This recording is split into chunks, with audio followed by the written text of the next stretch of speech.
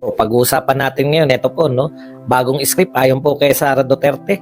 Ito pong pag-involve sa kanya o pagdadawit dito po sa tinatawag nating war on drugs o tokhang, no, tokhang queen daw si Sara Duterte dito po sa Davao City, no.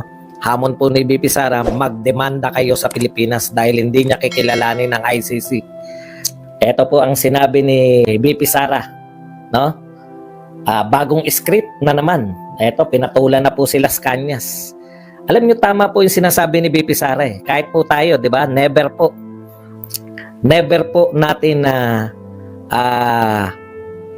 nakita o narinig yung involvement ni BP Sara nung siya ay mayor o maging nung vice mayor. Hindi po nasasama pangalan niya. Tama po si BP Sara dun. Matagal na po natin naririnig yung DDS. Matagal na po natin naririnig yung tokhang. In fact, kaupo pa lang ni Duterte ang ginawa ng mga dilawan, no? Sa pangungunan ni... Kaya nagtataka kayo, parang aping-api si Leila de Lima. Ano lang po natin, no? Ipaalala lang natin, no? Hindi pa po nag-iinit yung puwet ni President Duterte sa upuan nun eh. Sinimulan na silang imbestigahan dyan sa DDS sa Davao, yung ginawa nilang tokhang, no, sa Davao. Pero never po nabanggit ang Vice Mayor, then Vice Mayor Sara Duterte. Never po nabanggit yung Mayor Sara Duterte dito po sa mga war on drugs na to, dito po sa mga EJK na to, no? Never po, sa lahat po nakasubaybay tayo eh. Di po ba? Narinig na rin natin yan sa Las Cañas. Hindi po yan na wala pong Sara Duterte na binabanggit po yan. Ibig nyo sabihin, all these years na hindi involved si Sara Duterte, nung naging Vice President, involved na siya. Involved siya noong siya ay Vice Mayor at Mayor. Ang gagaling magsigawa ng script eh. No? Mahuhusay po sa gawaan ng script talaga tong mga gustong pabagsakin si Sara Duterte.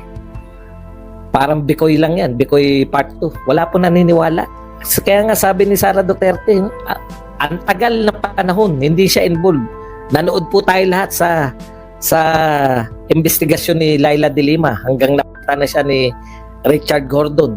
Pero hindi po involved. Nung nag-Vice President, biglang involved na po.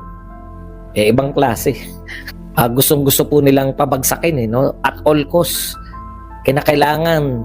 Kahit naman, alam po ninyo kung sino man po yung nagpipinance dyan sa mga tao na yan. Pagpalagay na natin nagtagumpay kayo. Hindi naman si Tambi ang mananalo. Layong malayo po. No? Okay.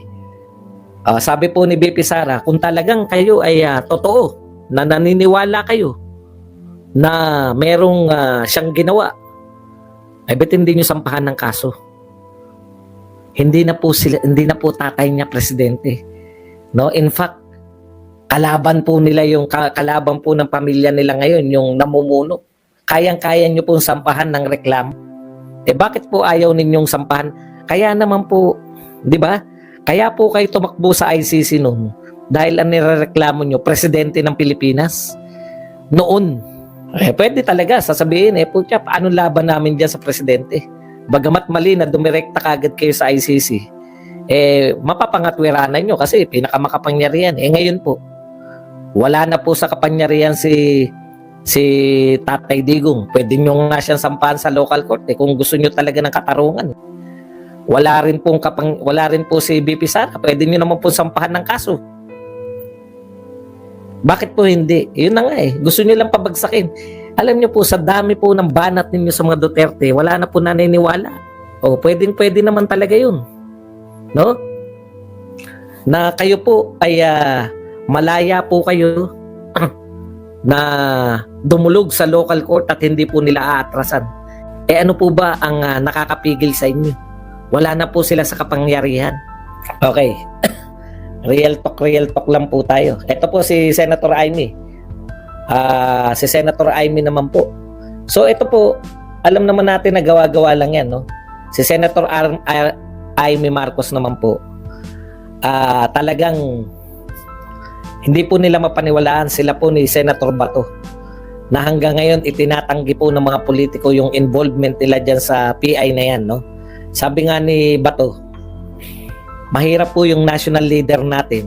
Kasi matuturing po na national leader yung Speaker of the House eh. Mahirap po na yung national leader natin, mga national leader ay sinungaling, no? Kitang-kita na po sa unang saltada pa lang ng sa Senate investigation na doon po mismo sa bahay ni Romualdez, no? Pinsan Initiative, doon po mismo sa bahay ni Romualdez nagme-meeting tong mga nagpi-PI na to. Tsaka maganda po kay Senator Amy, hindi na po siya nagtatago ngayon, no? Wala na pong talagang inihihiwalay niya na po yung para eto ini-expose din po ni Senator Amy yung mga totoong loyalista, mga Marcos loyalist. Una, sinabi niya na hindi ka naman Marcos, di ba? Unang pagtatanggi yun. Ikalawa, ngayon po pinakamalupit na sinasabi ni Senator Amy, hindi na po siya nagtatago. Matagal kaming napahirapan. Yung pamilya namin matagal na inusig. Kaya dito mo makikita kung totoong loyalista o hindi. Wala akong pakialam, hindi naman po ako loyalista eh.